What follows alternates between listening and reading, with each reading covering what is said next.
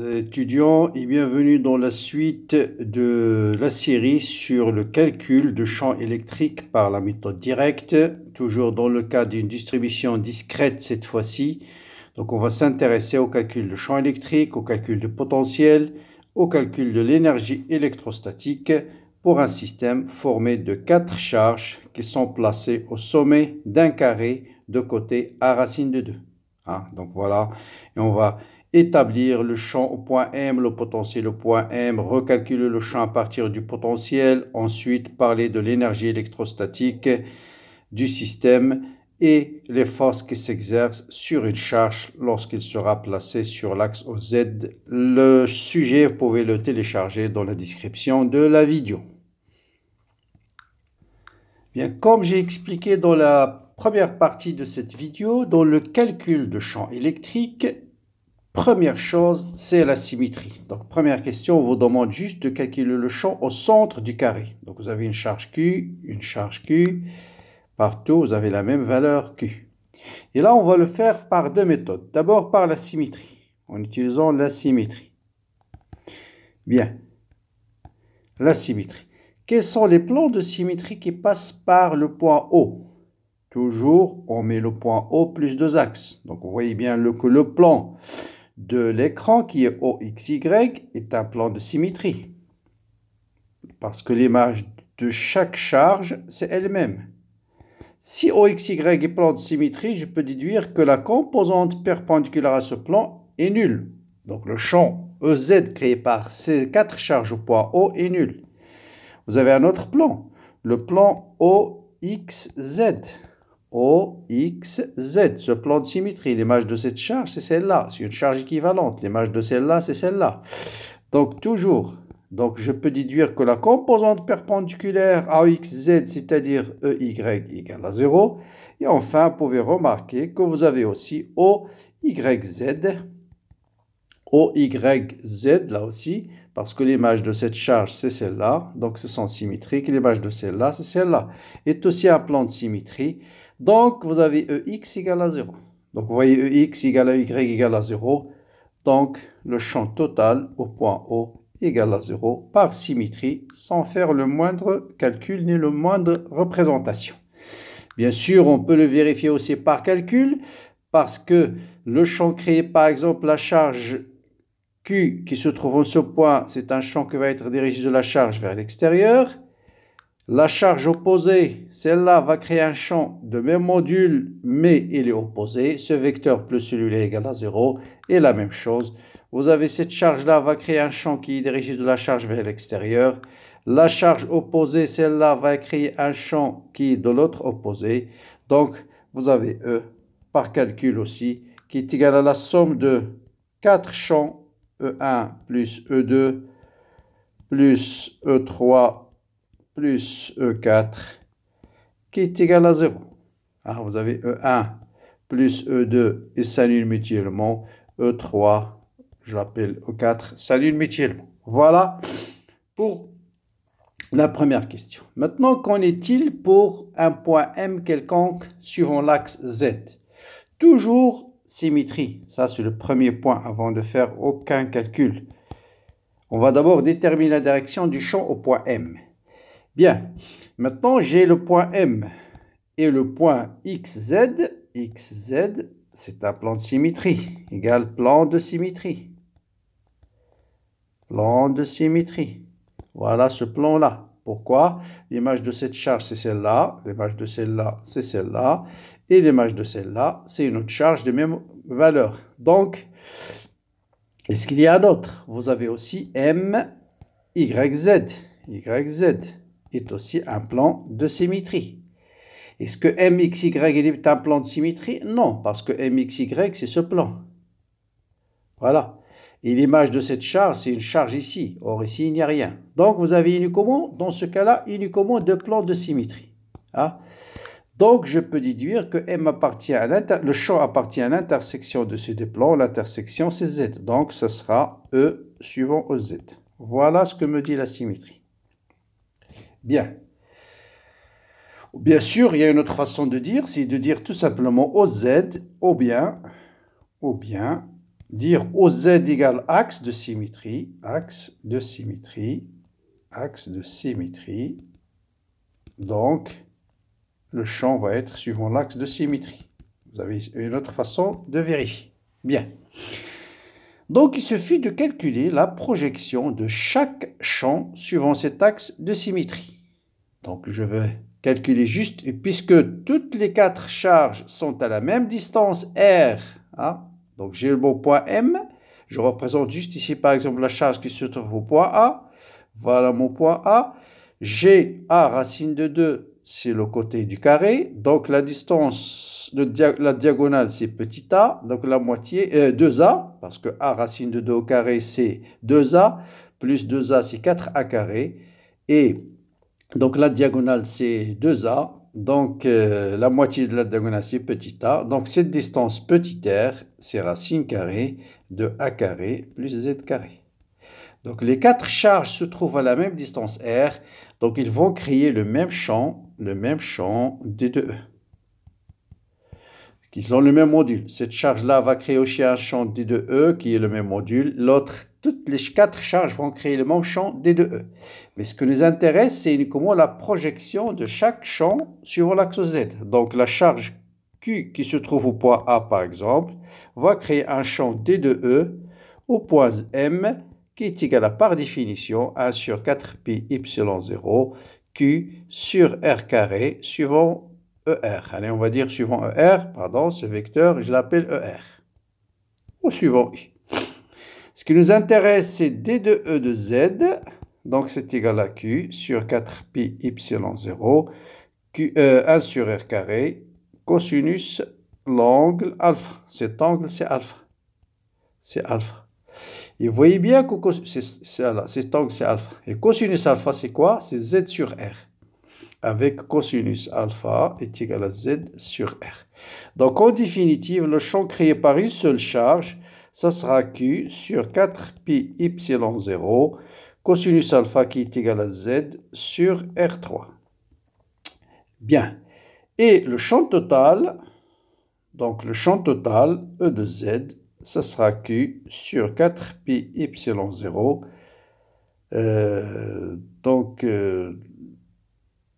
Pardon, ici, il n'y a pas de... Oh là là.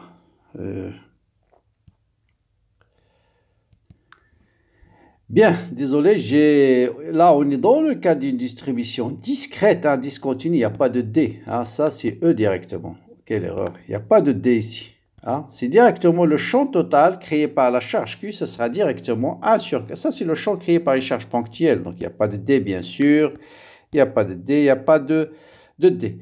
Donc, tout simplement, hein, le champ total créé par une seule charge, ça sera Q sur, voilà, celui-là. J'arrête ici le calcul, ce n'est pas la peine de continuer. Ça, c'est le champ total calculé, traité par une seule charge. Bien. Maintenant, chacune des 4 charges vont créer donc le champ total, cette fois-ci, au point M, ça sera tout simplement 4 fois EZ. Hein, parce que chaque charge va créer le même champ. Donc, ce sera Q sur pi y0, Z sur R au cube, ou bien je peux remplacer R par A carré plus Z carré à la puissance 3,5. Parce que petit r, c'est A carré plus Z carré à la puissance 1,5. Bien, faites attention. Ici, on est dans le cas d'une distribution discrète. Hein, c'est une charge Q qui crée un champ E et non pas D de Q. S'il y avait D de Q, il va créer un champ D de E. Donc, une charge Q va créer tout simplement 1 sur 4 pi y0 que sur R carré. Donc, voilà le champ déterminé par les 4 charges, hein, par les 4 charges au point M. Bien. Maintenant, le potentiel. Vous allez voir que le calcul de potentiel, souvent, il est beaucoup plus facile que le calcul du champ électrique parce que c'est des scalaires. Donc, d'abord au point O, V au point O, ce sera tout simplement V1 plus V2 plus V3 plus V4. Le potentiel créé par chaque charge. Le potentiel créé par une charge à une distance R, c'est tout simplement Q sur 4 pi y0, 1 sur R. Et R, c'est A, donc 1 sur petit a. Et puisque les 4 charges sont à la même distance, donc on va dire 4 fois. Donc le potentiel au point O, ça sera tout simplement Q sur pi y0 fois petit a. Il n'y a pas de problème, c'est simple. Bien. Maintenant, le potentiel au point M, donc là aussi, les 4 charges se trouvent à la même distance R. Donc directement, je veux dire le potentiel au point M, c'est 4 fois le potentiel créé par une seule charge. Donc c'est 4, et le potentiel créé par une seule charge, c'est Q sur 4pi epsilon 0, 1 sur R. Et R, c'est racine carrée de A carré plus Z carré à la puissance 1 demi. Voilà le potentiel créé par les 4 charges. Bon, je simplifie par 4, donc ça me donne Q sur pi epsilon 0. Allez, je vais l'écrire A carré plus Z carré à la puissance moins 1 demi. Voilà le potentiel au point M créé par les 4 charges. Maintenant, on nous dit de déduire le champ. Je dois retrouver cette expression-là à partir du potentiel. Bien. Vous avez bien le potentiel, c'est une fonction de Z. Et vous savez que E, c'est quoi? C'est moins gradient de V. Moins gradient de V. Donc, le gradient va être appliqué à une fonction qui ne dépend que de Z. Donc, vous voyez qu'on va déduire tout de suite la direction et le sens, le module de B. Donc, gradient, c'est D de V sur D de Z, suivant EZ. Voilà, vous dérivez ça par rapport à EZ, par rapport à Z. F à la puissance N, c'est 1 sur N, donc 1 sur moins 1 demi, multiplié par F' qui est 2Z, fois A carré plus Z carré à la puissance moins 1 demi, moins 1, c'est moins 3 demi, et ça vous donne exactement la valeur qu'on a déjà trouvée ici, c'est-à-dire Q sur pi epsilon 0, Q sur pi epsilon 0, Z sur A carré plus Z carré à la puissance moins 3 demi, plus 3 demi, pardon, suivant Z. Voilà. Donc, vous dérivez F à la puissance N, c'est Fn fois F' fois F à la puissance N moins 1. Avec F, c'est A carré plus Z carré. Donc, F' c'est 2Z, c'est d'où là vient ce terme Z. Le moins 1 demi avec le moins va disparaître avec ce 2. Et puis, A carré plus Z carré à la puissance moins 1 demi, moins 1, c'est moins 3 demi. Je le remets au dénominateur, devient à la puissance 3 demi. Donc, vous voyez que je retrouve le champ et à partir du potentiel d'une façon beaucoup plus simple. Bien. Question suivante. Si je place une charge Q mobile égale à E en un point M de l'axe Z, quelle sera la force qui s'exerce sur la charge Q? Donc là, il suffit de comprendre la signification de la force de Coulomb. Donc, si j'ai dans une région de l'espace un champ électrique E, vous placez une charge Q, il va être soumise tout simplement à la force F est égale à Q fois E. Donc, ça sera tout simplement la charge de E du proton fois le champ au point M. C'est-à-dire le champ que je viens de calculer, c'est-à-dire celui-là. Donc, ça sera QE fois Z, QE fois Z sur pi epsilon 0 sur pi epsilon 0 divisé par 1 sur A carré plus Z carré à la puissance 3 demi suivant EZ. Voilà la force à laquelle va être soumise la charge plus E. Question suivante, en déduire l'énergie potentielle. Donc voilà une question intéressante. Quelle est l'énergie potentielle de cet électron? Donc je vais essayer de vous donner la réponse par deux méthodes. D'abord à partir de la force. Donc si cette force dérive d'une énergie potentielle, on doit avoir F est égal à moins gradient de EP. D'accord? Et comme cette force est suivant EZ, donc le gradient va se réduire à quoi? À moins D de EP sur D de Z suivant EZ. Donc, je peux déduire que D de EP sur D de Z, ça c'est égal à moins Q fois E sur pi epsilon 0, Z sur A carré plus Z carré à la puissance 3 demi. Voilà, donc je peux écrire que D de EP est égal à moins Q fois E sur pi epsilon 0, Z D de Z sur A carré plus Z carré à la puissance 3 demi. Bon, Z D de Z, je peux l'écrire tout de suite. Allez, je peux l'écrire D de Z au carré. Donc Z D de Z, hein, Z D de Z, je peux l'écrire D de Z au carré, à condition de diviser par 2. Bon, j'ajoute une constante, ça ne change rien. Donc vous voyez bien que là, vous avez F' sur F à la puissance N. D'accord? moins f' carrément sur f à la puissance n. Donc, l'intégrale, c'est 1 sur f. Donc, vous avez ou bien f' fois f' fois f à la puissance n. Avec n, c'est moins 3 demi. D'accord? Donc, j'ai f', voilà, d de z au carré, fois a carré plus z carré à la puissance moins 3 demi. Donc, 1 sur moins 3, l'intégrale, ce sera 1 sur moins 3 demi, multiplié par a carré plus z carré à la puissance moins 3 demi plus 1, c'est moins 1 demi. Donc, voilà, moins 3 demi avec le 2. Donc 1 sur n plus 1, pardon, l'intégrale de ça va vous donner tout simplement, voilà, sur 3 demi plus 1, moins 3 demi plus 1, c'est moins 2 demi, d'accord, moins 2 demi, donc le tout, ça va vous donner Q fois E sur, donc ça c'est EP, hein, c'est l'intégrale. Donc l'intégrale de ça, c'est l'intégrale de ça, donc sur pi epsilon 0 et 1 sur a carré plus z carré à la puissance 1 demi, bien sûr, plus une constante. On peut ajouter une constante. Mais on peut choisir l'origine du potentiel pour que la constante soit nulle. Donc voilà l'expression de l'énergie potentielle de cette charge. Donc c'est facile à passer de là à là. Je répète, c'est juste l'intégrale de f' fois f, c'est-à-dire l'intégrale de a carré plus z carré à la puissance moins 3 demi fois moins 3 demi fois dérivée de a carré plus z carré. Donc f, ce sera 1 sur moins 3 demi plus 1, c'est moins 1 demi. Avec le moins 1 demi, ça s'en va. Et puis il va vous rester a carré plus z carré à la puissance moins 3 demi plus 1, c'est à la puissance moins 1 demi, c'est ce terme. Voilà l'expression de l'énergie potentielle par la première méthode, à partir de la force. Mais vous avez une autre façon de trouver l'énergie potentielle, ou bien, par définition, l'énergie potentielle d'une charge Q, c'est tout simplement Q fois le potentiel au point où se trouve la charge. Donc, ça sera E, c'est là on cherche l'énergie potentielle de la charge E, fois le potentiel au point où se trouve la charge E. Or, le potentiel au point M, on l'a déjà calculé tout à l'heure, donc ça sera E. Et le potentiel au point M, on avait montré que c'est égal à Q sur pi epsilon 0. C'était Q sur pi epsilon 0, 1 sur a carré plus z carré à la puissance 1 demi.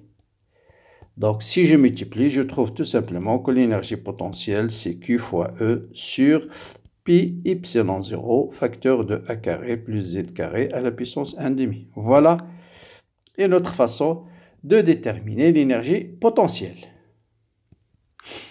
Dernière question, c'est déterminer l'énergie potentielle des 4 charges Q1, Q2, Q3, Q4. Je vous rappelle que l'énergie potentielle d'une distribution de charges, c'est 1 demi sommation sur I, QI fois VI.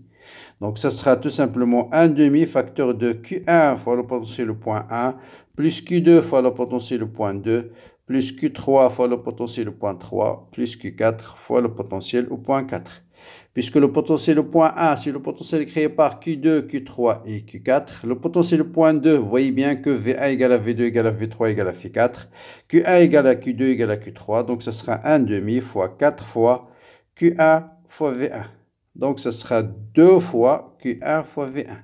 Avec le potentiel au point 1, je vais les calculer ici. Potentiel au point 1, c'est égal au potentiel créé par Q2, qui est égal à 2Q sur 4 pi epsilon 0, 1 sur la distance 2a, plus le potentiel par Q3, donc c'est le même, plus le potentiel par Q4, c'est Q sur 4 pi epsilon 0, cette fois-ci la distance, c'est 2a. Pardon, ici c'est a racine de 2. Donc a, ça c'est a racine de 2, attention, a racine de 2, c'est la distance a racine de 2. Vous voyez, Q2 et Q3 sont situés à la même distance a racine de 2, alors que Q4 il est situé à la distance 2a. Donc voilà le potentiel V1. Donc voilà, donc ça sera 2 fois Q fois ce potentiel. Voilà l'énergie potentielle de ces 4 charges. Donc voilà un exercice très intéressant sur le calcul des charges discrètes, calcul de force de Coulomb, potentiel, retrouver le champ à partir du potentiel, de l'énergie électrostatique d'une charge dans un potentiel V d'une distribution de charges discrète.